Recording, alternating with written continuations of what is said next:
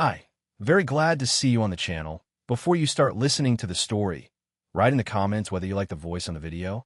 Florida summers hit different when you spend most of your day inside watching ceiling fans spin slow. I just gotten back from a 4-day tech workshop over in Tampa. Long days, longer drives, cheap coffee, and a hotel mattress stiff enough to realign my spine. I was looking forward to two things, my own bed and Angela. We hadn't had much time together lately. She'd been working from home since spring, some remote customer support gig she said was flexible but kept her locked in the guest room more than I liked. When I walked through the front door that Sunday, I expected the smell of her favorite candles, maybe her calling my name from the kitchen. Instead, I was met with silence. Just the soft thrum of a box fan coming from the back hallway and a weird echo in the living room like someone had moved a chair. "Angela," I called. No answer. Her car was in the driveway. Her purse was on the counter. I figured she was napping or taking a shower. I dropped my bags and started unpacking, then walked toward the guest room just to say hey. The door was closed. Odd, considering she usually kept it cracked. I knocked lightly. Nothing. I almost turned away, but then I heard something faint. Not words. A hum. Mechanical. Like audio playing through headphones with one side unplugged. I leaned in. Then came laughter. Male laughter. My stomach tensed. I knocked again, harder. This time she answered, voice light, maybe a little too quick. "Hey, I'm on a work call. Give me a sec." I paused. "All right," I said. "I'll be in the kitchen." I walked off, but my brain didn't. The voice I heard? It wasn't coming through a speaker. It was live, layered with the rustle of fabric and something else. Something I couldn't place but didn't like. I opened the fridge, grabbed a soda, and tried to focus on unpacking. But I couldn't shake the feeling that something was off. That something was happening behind that door that didn't belong in our house. An hour later, she emerged like nothing had happened. Hair pulled back, phone in hand, wearing a zip-up hoodie and leggings. "Sorry," she said, "that call dragged forever. They're rolling out a new software system, and everything's breaking." "Rough day?" I asked. She nodded, smiling, then leaned in to kiss my cheek. "You know how it goes." I smiled back, but my eyes tracked everything. How her shirt was inside out, how the hallway rug was slightly pushed to the side, how she'd left her phone on airplane mode for hours and turned it off only when she stepped into the kitchen. That night, she fell asleep fast. Or pretended to. I lay awake, staring at the ceiling fan again, listening to it spin and spin, wondering why it felt like I'd walked into someone else's house. Our routines were off. Her stories too smooth. Too packaged. The next morning, I tested a theory. "You still on that support shift?" I asked, pouring coffee. She nodded. "Yep, 9 to 4, with a break around noon. Mind if I bring you lunch tomorrow?" I offered casually. "Got a short day at work." She paused for half a second too long. "Actually," she said, "I might be swamped. We got a bunch of onboarding calls scheduled. Maybe later in the week." I smiled. "No problem." But I marked it. That day, I worked late, but the following morning, I went in early, then circled back around just before noon. The house looked normal. Too normal. I stood at the front door, key in hand, heartbeat steady. And I didn't walk in. Not yet. I turned and left, not because I didn't want answers, but because I was starting to realize the truth might already be living in my own house. And it was waiting for me to knock twice before it hit again. The next morning started like it always did. Angela humming as she brewed coffee, me pretending not to study her every move. The more normal she acted, the more abnormal it all felt. Her smile lingered too long. Her answers were rehearsed, like she'd been practicing. And that guest room door? Always closed now, with a noise machine app humming just loud enough to muffle anything real. She said it helped her stay focused on work calls. I said nothing. By Thursday, I knew I had to stop pacing around suspicions and start tracking them. She'd left to run errands, nails and groceries, she said, and I waited a full 10 minutes after her car pulled away before I stepped into the guest room. At first glance, it was tidy. The ring light was folded down beside a laptop, a throw blanket draped over the chair like an afterthought. The window blinds were halfway closed. I stepped over to the closet, opened it slowly, and found what I didn't know I was looking for until I saw it. A sleek black box, tucked behind an old shoebox and a stack of untouched office supplies. I pulled it out and set it on the bed. It looked expensive, matte finish, embossed gold edge, magnetic flap. Inside, a neatly folded tank top. Men's. Too large for me. Next to it, a cologne bottle with a heavy, musky scent I'd never smelled on my own dresser. And a folded card, blank on the outside. I opened it. No name. Just 2 words, handwritten. Next stream. Stream? I stared at that box for a long time, heart like a slow drumbeat in my chest. I'd spent days walking around like I was imagining shadows. But this was a spotlight. Something was happening behind that guest room door. Something that came with gifts and notes and planning. I closed the box slowly and thought about what I was supposed to do. Barging in? That would give her the upper hand. She'd deny, cry, twist the story into some warped version where I was paranoid or controlling. But if I let her keep playing this game, maybe I could find out what kind of board we were really on. So I came up with a plan. Not flashy, just simple enough to feel satisfying. That evening, while she was in the shower, I went back to the guest room, opened the box again, and slipped the tank top out. I grabbed a bottle of hot sauce from the kitchen and dabbed 2 tiny drops inside the underarm seam. Enough to cause a sting, not enough to be visible. Then I sealed it all back up, carefully, exactly as I'd found it. She'd never suspected. But the moment that shirt got used, the man who wore it would. That night, Angela sat across from me at dinner, smiling like she had nothing to hide. She talked about her errands, about a friend she ran into at the nail salon, about how the weather was turning sticky and she couldn't wait for fall. I nodded, asked questions, even laughed once or twice. But under the surface, I wasn't just listening, I was recording every word, every shift in tone, every tell she didn't realize she had. "Did you get everything done?" I asked casually. "Mostly," she said. "Still need to pick up a few things for the house, but I'll probably do that this weekend." "What kind of things?" "Oh, just boring home stuff. Filters, light bulbs. Nothing exciting." I sipped my water. "Let me know if you want help. I've got time." She smiled. "Sure. Maybe." The word maybe hung between us like a loose thread. Later that night, I lay awake again, staring at the same ceiling fan, listening to the same slow spin. But this time, I wasn't just waiting for the truth to find me.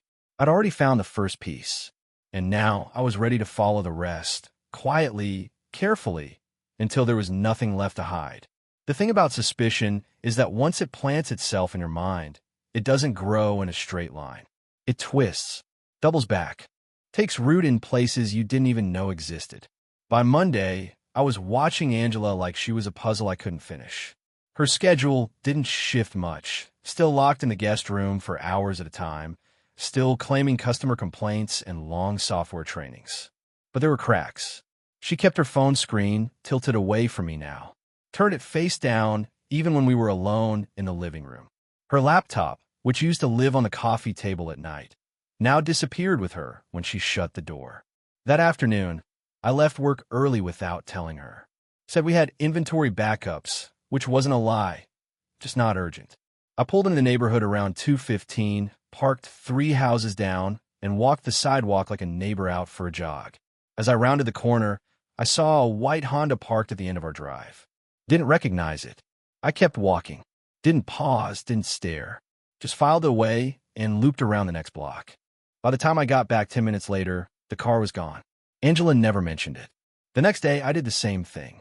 This time the car wasn't in the driveway, but I saw it again parked near the entrance to the community gym. And standing beside it, laughing into his phone, was a guy I vaguely recognized. Tall, fit, early 30s. One of those people who looks like he could sell protein powder and make you believe it cures taxes. I remembered seeing him once or twice walking his dog past our house. Always shirtless, always sweaty. Angela had waved once, so I did what anyone with a cracked heart and a working phone would do. I snapped a photo and ran a quick reverse image search later that night. Social media led me to his name, Chris, apparently a part-time fitness coach who offered private sessions through the local gym. His profile was filled with photos of himself flexing in front of mirrors, captioned with things like "work now," "win later," and "every rep is a step closer to power." Angela followed him. Had for months. I didn't sleep much that night. The next morning, I told her I'd be working off-site some vendor visit I made up and took my truck to the side lot behind the gym. I waited. By noon, she pulled in, not dressed for a workout, not in yoga pants or running shoes. She was wearing a flowy blouse and jeans, hair curled, lip gloss. I watched her walk in. 15 minutes passed, then 30. At 45 minutes, I'd had enough. I walked in through the front and pretended to be looking for a friend. Asked the front desk girl if Chris was training today. She looked confused. Oh no, he called out. Said he wasn't feeling well. My chest went still.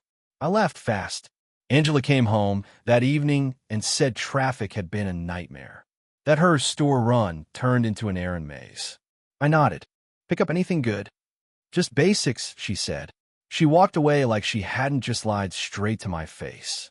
But the next day, the truth came anyway.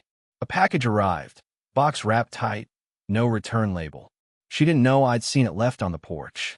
Didn't know I'd watch her snatch it up and carry it straight to the guest room. I waited until she left for her so-called volunteer meeting that night and opened the trash. Inside, I found the wrapping, torn brown paper, and a thank you slip addressed to Angela B. from an online novelty store. The sender? A handmade mug, printed with the words, "To my favorite problem customer, keep complaining, baby." I felt my jaw tighten. I knew I'd been wrong about Chris. He was a red herring, an easy target. She made sure I'd see him, follow him, waste time. Meanwhile, the real story was still behind the guest room door. And now I was done guessing. Next time, I wasn't going to chase a shadow.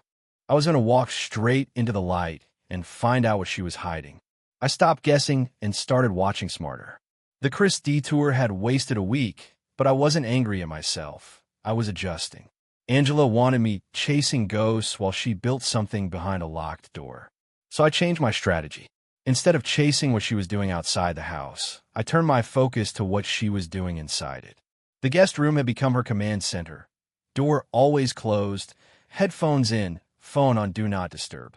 She still called it her remote job, some kind of support rep role she never named with a company she never described. I figured if it was real, there'd be traces, emails, files, receipts, anything. So I waited until Thursday when she ran to the salon for a quick trim. I watched her drive off, then slipped into the guest room.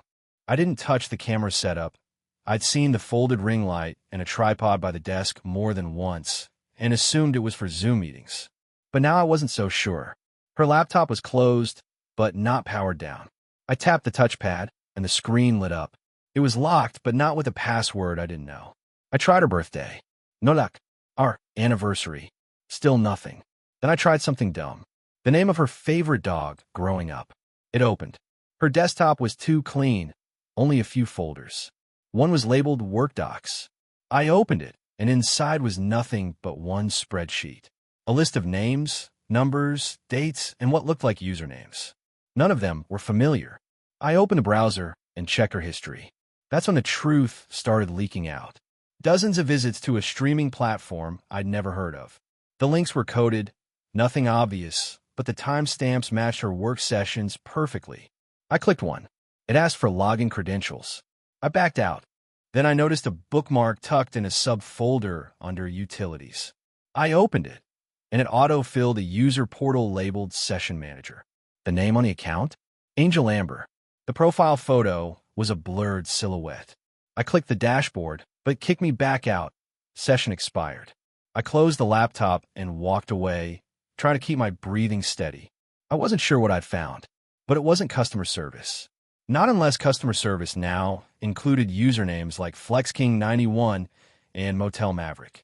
That night at dinner, I tested the waters. You ever hear of a site called VidPal? I asked. She blinked. Nope. What?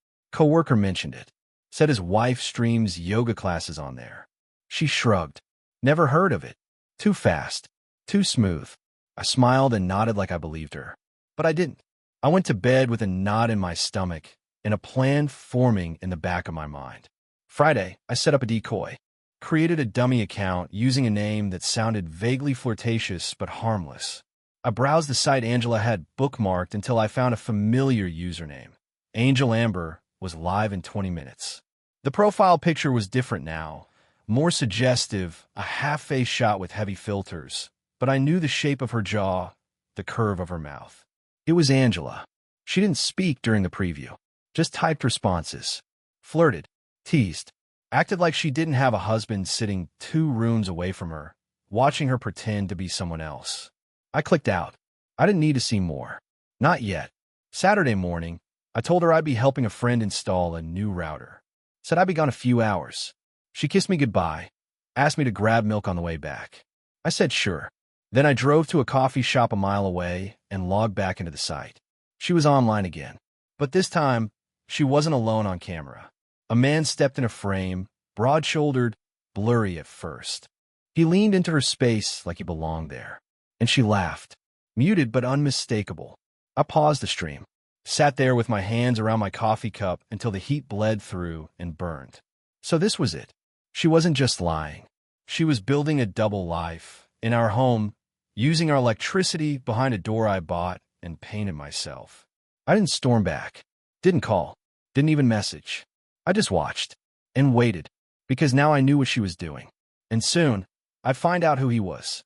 It's one thing to suspect betrayal. It's another to see it breathing in front of you. I didn't know the man's name yet, but I knew the outline of his body, the way he moved like he'd done it before, like he was comfortable. That comfort told me this wasn't some one-time thing. This wasn't impulsive or accidental. It was established, coordinated, rehearsed. Angela had invited another man into our house, and not just into her space, into mine.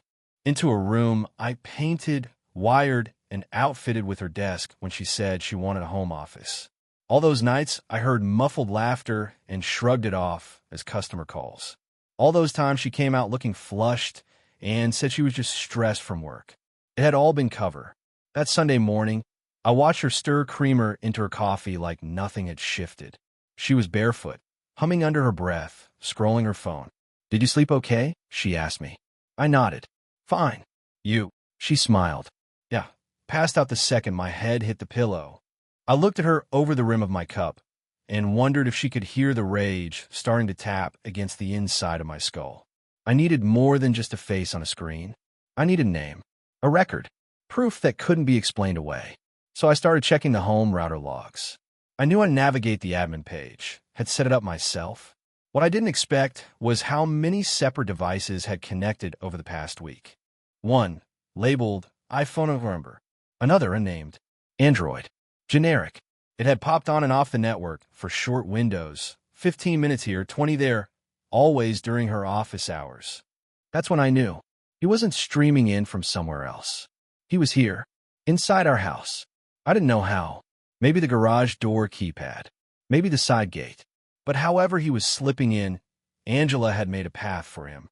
I wasn't going to blow it all up with guesses. I wanted confirmation. So I installed a small motion camera above the garage entrance, tucked in the corner behind the wind chimes. Another above the side fence. One inside the linen closet, angled toward the guest room door. None of it triggered notifications. This wasn't for confrontation. It was for collection. That Tuesday, Angela said she'd be busy all afternoon. A double shift, she called it, team training followed by back-to-back client sessions. I nodded. Need me to bring dinner home? She waved me off.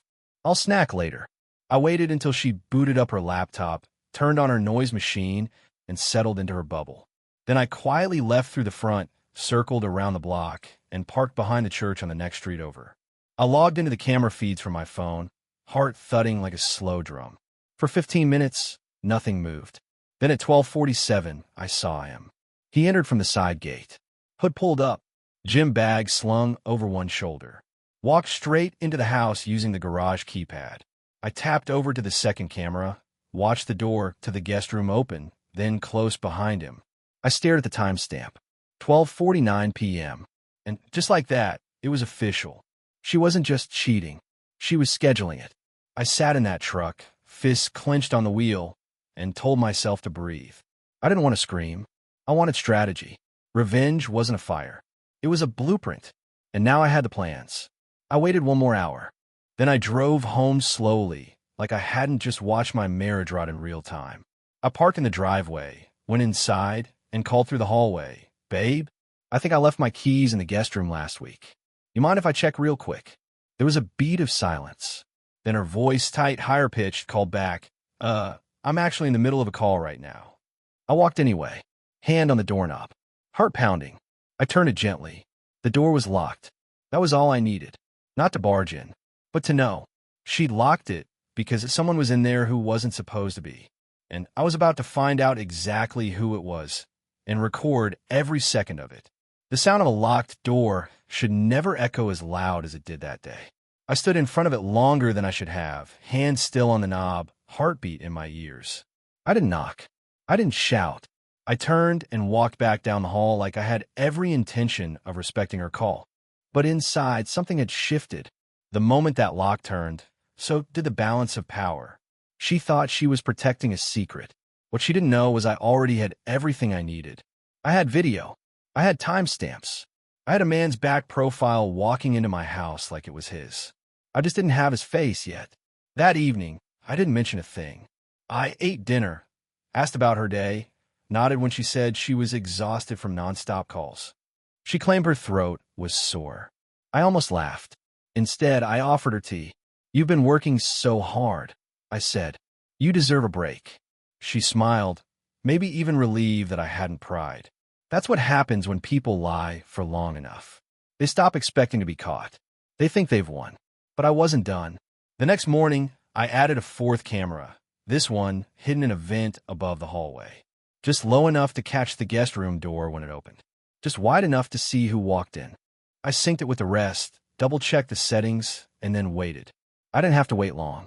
Thursday, 1:03 p.m. I got the motion alert while sitting in my truck at the corner gas station. I pulled the feed open, and there he was. Shirtless, muscled, tanned, laughing. He walked into the guest room like he owned the place. Angela followed him in wearing a robe, hair pinned up, makeup too perfect for someone working in tech support. He pulled the door shut behind them. I leaned back in my seat, stunned by how calm I felt. It was him, the guy from 2 houses down, the one who jogged shirtless past our porch. The one Angela had casually waved at like he was just another neighbor. His name was Travis. I remembered now. He helped us haul a new grill last summer when mine arrived a week early and Angela wasn't home. We'd shared a beer in the driveway afterward. He joked about how quiet the neighborhood was. Said I had a good one in Angela. I remembered how she'd barely made eye contact when she came home and saw him still there. Now I knew why. I didn't need to watch what happened next. I just needed to document it. I downloaded the footage, clipped it clean, and stored it in a private folder under a nondescript name. Then I backed it up twice, cloud and external drive. I wasn't interested in shaming her. I wasn't interested in exploding the truth in a blind rage. That would only give her something to react to, an out, an excuse, a way to play the victim. I was done playing. That night, Angela sat across from me in the living room, scrolling her phone while the TV played something neither of us were watching. She laughed at a meme, looked over and asked, "You okay? You've been quiet lately." I met her eyes and smiled. "Just a lot on my mind." "Work?" she asked. Sort of, I said, thinking about taking on a side project. She nodded like she understood. She had no idea. Before bed, I asked her what she had planned for the weekend. Probably just some hours Saturday. A couple of customer calls. "Need the room?" I asked, tone casual. "Yeah, if that's okay." "Of course," I said. I walked past her as she brushed her teeth, and I caught her reflection in the mirror. For the first time in weeks, I didn't feel confused, or hurt, or betrayed. I felt sharp, ready. Let her lock herself in that room again. Let him sneak through the gate. They didn't know the camera was running. They didn't know the bank account she used was already being mirrored. They didn't know I'd quietly taken control of her little secret. And they were about to learn that hiding the truth from someone who builds systems for a living was the biggest mistake of all. Revenge, I've learned, isn't something you rush. It's like soldering a delicate wire. If you apply too much heat too fast, the whole thing melts. But if you go slow, steady, careful, it holds forever. I didn't want to destroy Angela in some grand explosion. I wanted her to realize, slowly, painfully, that everything she built on a lie was now mine to control. So I got to work. The first thing I did was copy her hard drive. A quick clone of her laptop while she was out on a grocery run. Took less than 15 minutes, and I left everything exactly how I found it. Her passwords were easy enough to crack. She used the same variation of our wedding date for everything. One folder stood out, Angel Amber _business. Inside, transaction logs, streaming schedules, subscriber names, private session requests. Some included the name of the guy I'd already caught on camera, Travis. Others were less obvious, but I didn't need the full list. I only needed the receipts. Dozens of them. The money was routed through a secondary payment service. But Angela, in her rush to be discreet, used a business name she never formally registered. I checked the records. Nobody owned it. So I did. Paid the fee. Filed the paperwork. Registered the domain. I even trademarked the logo she designed and watermarked her videos with. Every stream, every post, every client she entertained online now operated under my name. And she didn't even know it. I watched her for the next few days. She strutted through the house like nothing had changed, wore new clothes, smiled more than she had in months. She thought she had me fooled, but she had no idea she was working for me now. That every time her camera went live, the profits hit my account first. That every new subscriber was actually watching through a mirrored version of her site, one I had set up to record and archive every second. Next was Travis. He might have been bold enough to sneak in through my side gate, but he wasn't smart enough to cover his tracks. I'd logged his device on the router, found his public Instagram through some clever tagging on gym photos. And most importantly, I learned he worked part-time at a local chain of gyms that had strict professional conduct clauses. All I had to do was wait for him to send a message to Angela that crossed the line. It came on a Wednesday morning. A private text. He wanted a cut of the stream money. Said if she was making bank, he deserved a guest performer rate. I smiled. That afternoon, I compiled a folder. Footage of him inside my house. Screenshots of his messages. A copy of the gym's employee code of conduct. I sent it to their HR department with a simple subject line. Staff misconduct, urgent review. I didn't hear back, but by the end of the week, Travis's page was deactivated. His work schedule disappeared, and his gym badge no longer worked, according to the online employee portal. He was out. Angela was quiet that night. Something was off. Maybe he'd told her. Maybe not, but she didn't mention him. Just mumbled about being tired and went to bed early. 2 nights later, I went one step further. I printed a letter. Professional. Clean. Signed with my full name and a copy of my new business registration. I slid it into her desk drawer.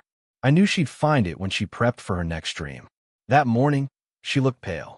Everything okay? I asked. She stared at me across the kitchen like she wasn't sure if she was dreaming or trapped. I'm just overwhelmed, she said. Work's been a lot. I nodded. Maybe take a break. She didn't respond. That night, I began packing a few things. Not because I was running, because the final move was next. And I want to be out before it dropped. Angela thought she was hiding something from me, but she had no idea. Every camera, every dollar, every second of her performance was already mine. The morning I planned to leave, it rained hard, Florida style. Heavy, fast, loud on the windows. Angela came down the stairs half-dressed and rubbing her eyes like she'd just rolled out of a dream she didn't want to wake from. She poured coffee, didn't notice the 2 bags by the front door. I sat at the counter, watching the steam rise from her mug like smoke off a wreck. She didn't speak at first. Neither did I. It was early, too early for what was about to happen. But that didn't stop me. I cleared my throat. Can we talk? I asked. She looked up. Sure. About what? I reached in my bag and pulled out a manila folder. Set on the table between us. This. She stared at it like it might bite. What is it? Go ahead. Open it. Her fingers hesitated before flipping the flap. Inside, copies of the stream logs, payment transfers, her text history, and screenshots of the trademark I filed. At the very top, an image still from one of the hidden cameras. Her in a robe. Travis standing behind her. Clear as daylight. She paled. Nick, I raised a hand. Don't lie. Not now. Don't insult both of us like that. I was going to tell you, she said quickly, panicking. I didn't know how. You were going to tell me, I repeated flatly.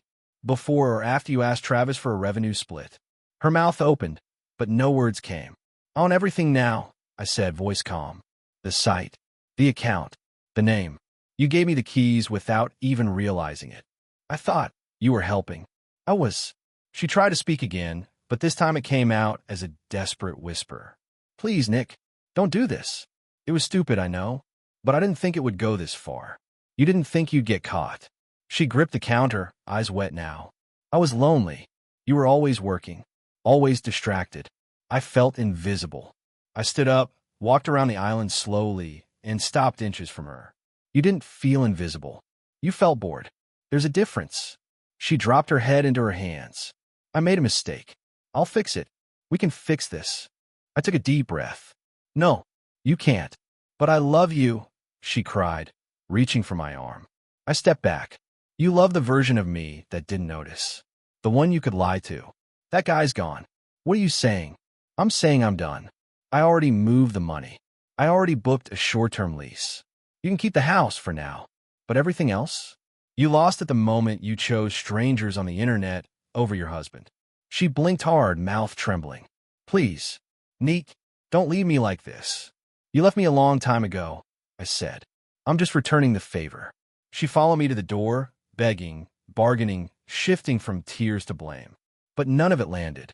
None of it mattered. I picked up my bags and opened the door to the storm still roaring outside. Right before I stepped out, I turned back one last time. You made a brand out of your betrayal, and I made sure the world will remember who built it. Then I walked out and didn't look back.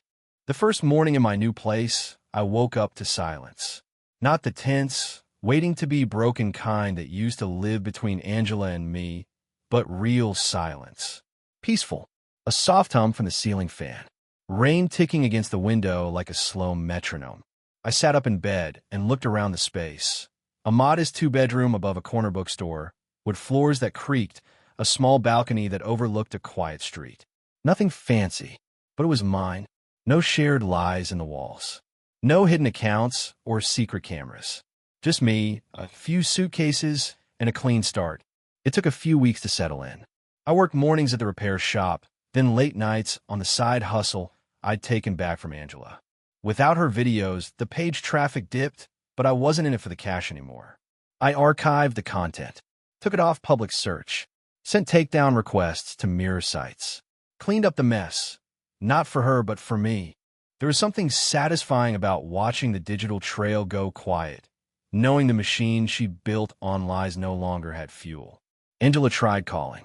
Once, a week after I moved out, left a voicemail that started with apology and ended in anger. I didn't respond. I didn't need to.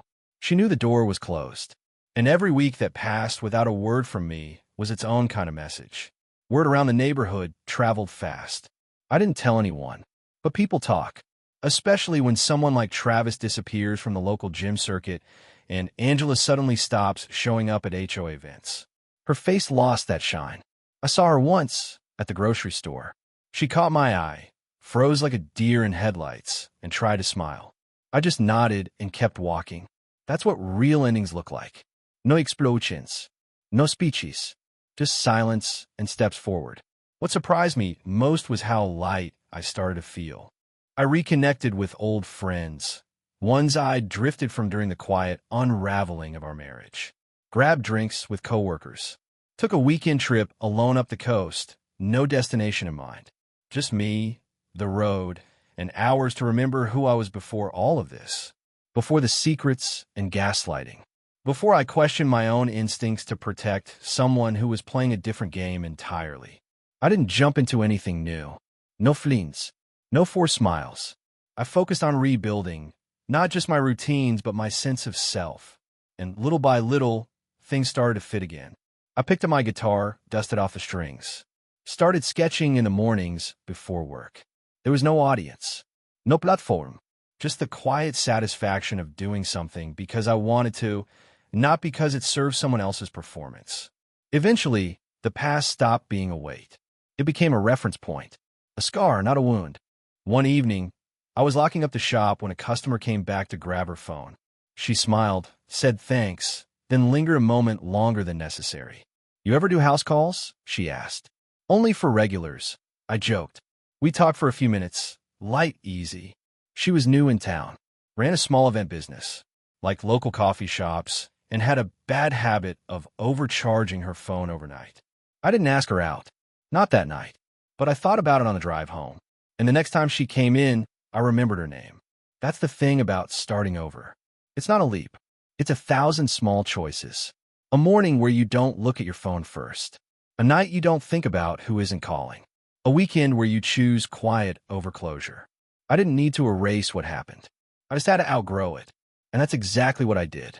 Thank you for listening to the end. I hope you enjoyed it very much. Don't forget to give a like and tell us in the comments what you would do in such a situation.